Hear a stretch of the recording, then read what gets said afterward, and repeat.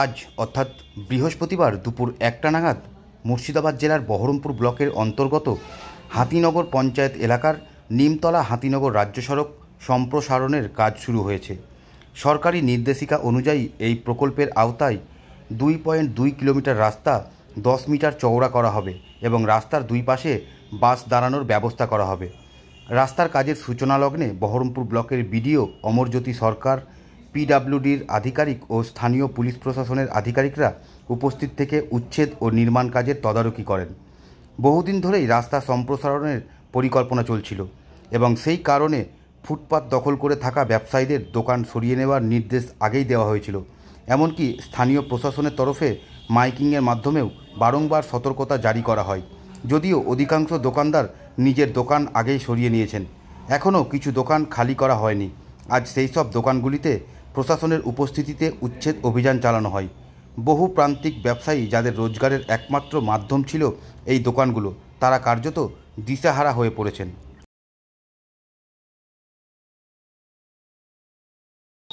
রাস্তাঘাট চওড়া হলে যানজটটা কম হবে, এমনকি অ্যাক্সিডেন্টটাও কম হবে এবং স্কুলে যাতায়াত, যারা নিমতলা স্কুলে পড়াশোনা করে তাদের যাতায়াতের অসুবিধা হচ্ছে, সেই দিকটা সুবিধা হবে।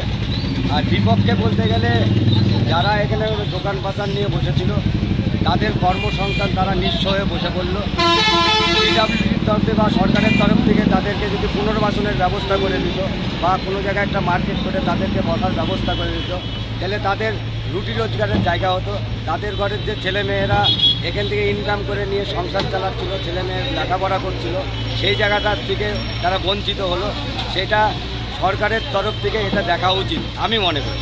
এটা আমরা পিডব্লিউডির তরফ থেকে তারা নোটিশ দিয়ে গিয়েছিল এবং তাদেরকে 2-3 বার বলেওছিল এবং পিডব্লিউডির যে ইঞ্জিনিয়ার তার সঙ্গে আমরা কথা বলেছিলাম এবং সেই দিক দিয়ে তাদের কাজ তারা প্রশাসনের তরফ থেকে করেছে। আর কি আজ কি পরিস্থিতি, আজকে যাদের দোকান পাচার যাদের ভাঙাভাঙি হয়ে গেল তাদের তো আজকে দুঃখের দিন।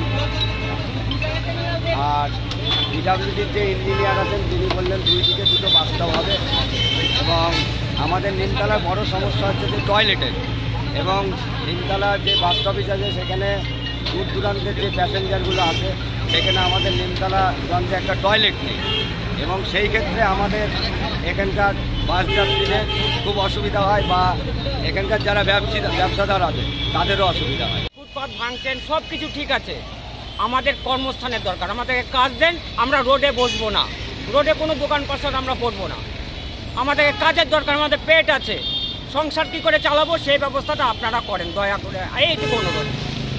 অনেক লোক কষ্ট পাচ্ছে। কিসের ব্যবসা আপনার?